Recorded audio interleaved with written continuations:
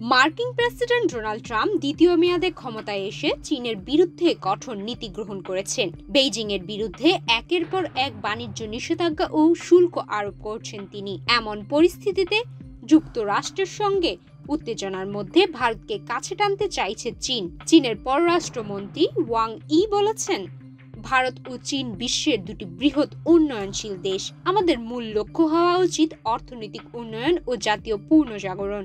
একে অপরের বিরুদ্ধে কাজ করে পারস্পরিক সহযোগিতা ও সমর্থনের মাধ্যমে এগিয়ে যেতে পারি।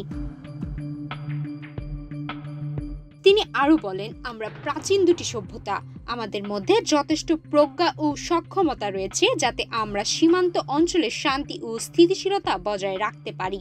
চীন দাবি করেছে, সীমান্ত সমস্যাকে কখনো দুদেশের সম্পর্কের প্রধান বিষয় হিসেবে দেখা উচিত নয় এবং পারস্পরিক মতপার্থক্য সম্পর্কের উপর প্রভাব ফেলতে পারবে না। চীনের এই আহ্বানের মধ্যে স্পষ্ট যে তারা ভারতের সাথে কৌশলগত সম্পর্ক গড়ে তুলতে আগ্রহী, বিশেষ করে যখন ট্রাম্প প্রশাসন চীনের বিরুদ্ধে বাণিজ্যিক বাধা সৃষ্টি করছে। তবে ভারতের পক্ষ থেকে এখন পর্যন্ত আনুষ্ঠানিক কোনো প্রতিক্রিয়া আসেনি। বিশেষজ্ঞরা বলছেন, সীমান্ত উত্তেজনা ও অতীতের দ্বন্দ্ব ভারতীয় নীতি গ্রহণের ক্ষেত্রে বড় একটি বাধা হয়ে দাঁড়াতে পারে। ভারত ও চীনের মধ্যে 1962 সালে সীমান্ত যুদ্ধ হয়েছিল এবং 2020 সালের জুনে লাদাখে রক্তক্ষয়ী সংঘর্ষে অন্তত 20 ভারতীয় সেনা ও 4 চীনা সেনার মৃত্যু হয়।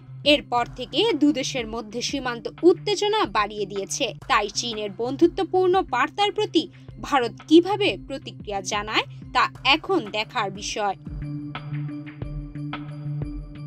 এই পরিস্থিতি ভারতের জন্য বড় সিদ্ধান্তের মুহূর্ত হতে পারে, বিশেষত যখন চীনের সঙ্গে সম্পর্কের গতি কখনোই একপেশে ছিল না। সুমায়া মিতু, বাংলাদেশ প্রতিদিন।